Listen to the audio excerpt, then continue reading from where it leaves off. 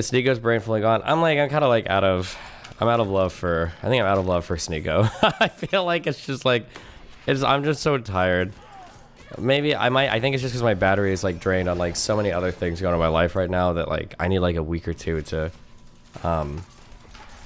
just regain my mental. All the Sneako shit, like every single thing he said is just like so retarded.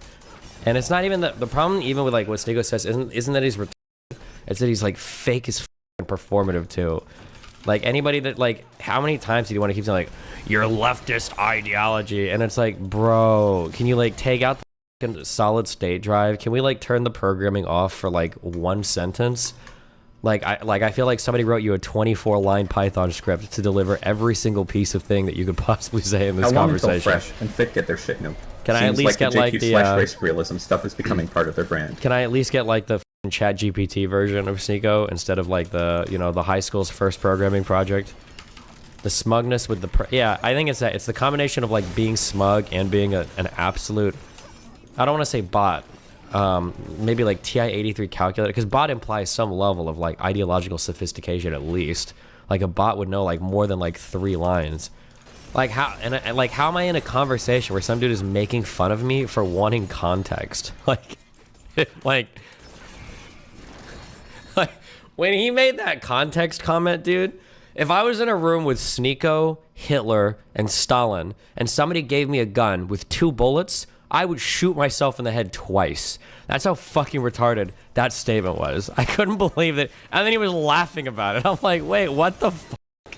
Why would you make fun of me for wanting context on a statement?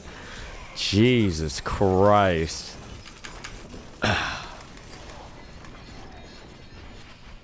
I don't know, man. I just need to... It's sad knowing his videos used to be really insightful. It's so funny the girl said that in your 20s, you changed a lot. Sneako said in his 20s, he doesn't, yeah. He's a hot guy, Hassan with girls that make him dumb. Sneako called Lauren woke far left and called you a socialist despite knowing you personally. Yeah, he's just like, it's like buzzwords, yeah. Yeah, calling Lauren, who's a literal fucking magatard, fucking woke. Have you lost your voice? Yeah, I'm still sick a little bit. What changed your mind on engaging with Nick?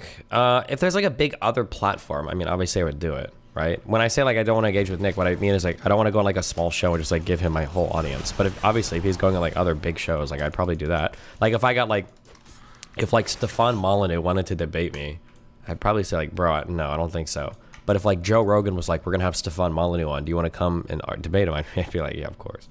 But the part where he's talking about Islam and polygamy, but also said he hated relationships. Yeah, I don't know. And then also like that feeling of like everybody on the panel hating women. I'm like when everybody's like laughing and they're like, why would I want my woman to have any interest in common with me? And I'm like, what is this clown world? I was joking that like I should like, maybe I should have an episode where I just start like bringing like clown makeup and like slowly throughout the podcast, maybe I'll just start like putting it on, as I don't know, dude. Okay, so is Zherka a character or genuine? He's like a character, but he's too much. He's like always in like full maximum meme mode. You should have reminded everyone on the panel that Nick is a virgin. I think I said that once. Back and forth you and Nick was like Anakin and Obi-Wan. Yeah. I feel bad for Nick being stuck on that show. I can't imagine what the fuck he was thinking the whole time. Like, this is the largest platform I have access to, so I have to sit here and suffer through this whole fucking podcast. Jesus. Destiny, when he did the life and death is suffering. Why has the anti-Semitism gotten so insane with the FNF sphere lately? It's getting absolutely disgusting. Sneako introduced everybody to like the crazy fucking conspiracy wackos, to Fuentes and to Dawson, and I think they've just like ran with it. It plays into red pill ideology like hardcore though. Nick is like so much less of like a sophisticated speaker than I thought. I start to realize it more as like his rhetorical vocabulary is very, very, very limited, I've noticed. One thing I've thought of doing, I feel like, do you think, there must be like Khan Academy courses on history, right? I feel like we should just like do like, even like probably the 1900s to today would help so much.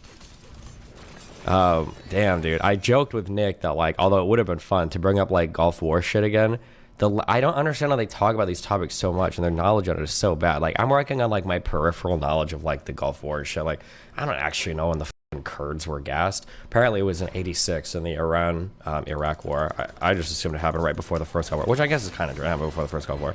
But like, there are just some basic facts where it's like, I knew this. Like, why is Israel talking about getting rid of, why does Israel not like Saddam Hussein? I actually did know the answer to that. But it's like, oh, during the first Gulf War, Saddam Hussein was literally firing off Scud missiles into Israel in the hopes that he could get like other Muslim majority countries to pull out of the coalition that was like coming to f him over for invading Kuwait.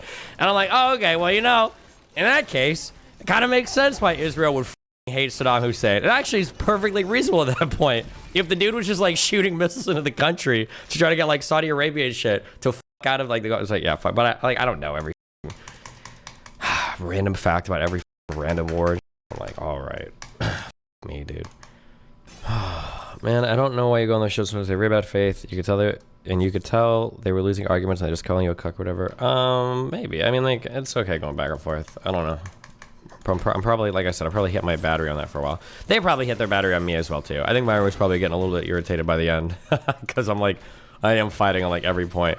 Again, I don't normally, when I go on those shows, I don't really go to fun every point. But I felt like every single thing I was hearing was just, every single thing was so impossibly stupid. I couldn't abide anything. There wasn't a single thing that I could, like, vibe off of or joke off of because everything was so ridiculously dumb. I'm like, bro, none of what we're saying right now makes sense. All of it is like, it's not even valid anymore. All of it is like internally contradictory. Yeah, I don't know, dude. Jesus. Don't they bring you on to fight? Yeah, but part of the strength I have on these shows is that it's like a good time. It's like funny when I'm there too. Like I usually vibe pretty well with everybody. I tried to get in that one thing at the end for the red pillars in chat. Like, well, you say you feel bad. Well, men feel bad. Blah blah blah. I don't even know if I fully believe that, but I needed the brownie points with you. I needed to see the rare W cuckstony in the chat to make me feel good about myself, you know? I mean, it's kind of true, I guess.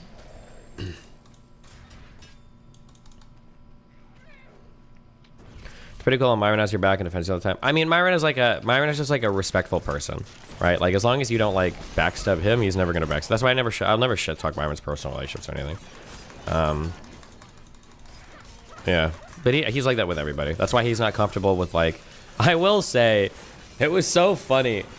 Bro, you could do, like, a whole stream, like, analyzing Sneako's reactions. Because, like, Sneako wants to agree with Zherka when Zherka is attacking Tate because Tate has abandoned the red pill. But Myron doesn't want Zherka to attack Tate because the Tates haven't been mean to Myron or Fresh and Fit, so he wants to be respectful of them. But when Zherka is attacking Tate, Sneako's kind of on board with it. But then when Zherka starts calling them goat Sneako gets super upset and says, you were Muslim 3 months ago, because he's still like Muslim and Zherka hates, and it's just like watching like everybody's heads like pinging back and forth. It's like, what is even happening right now?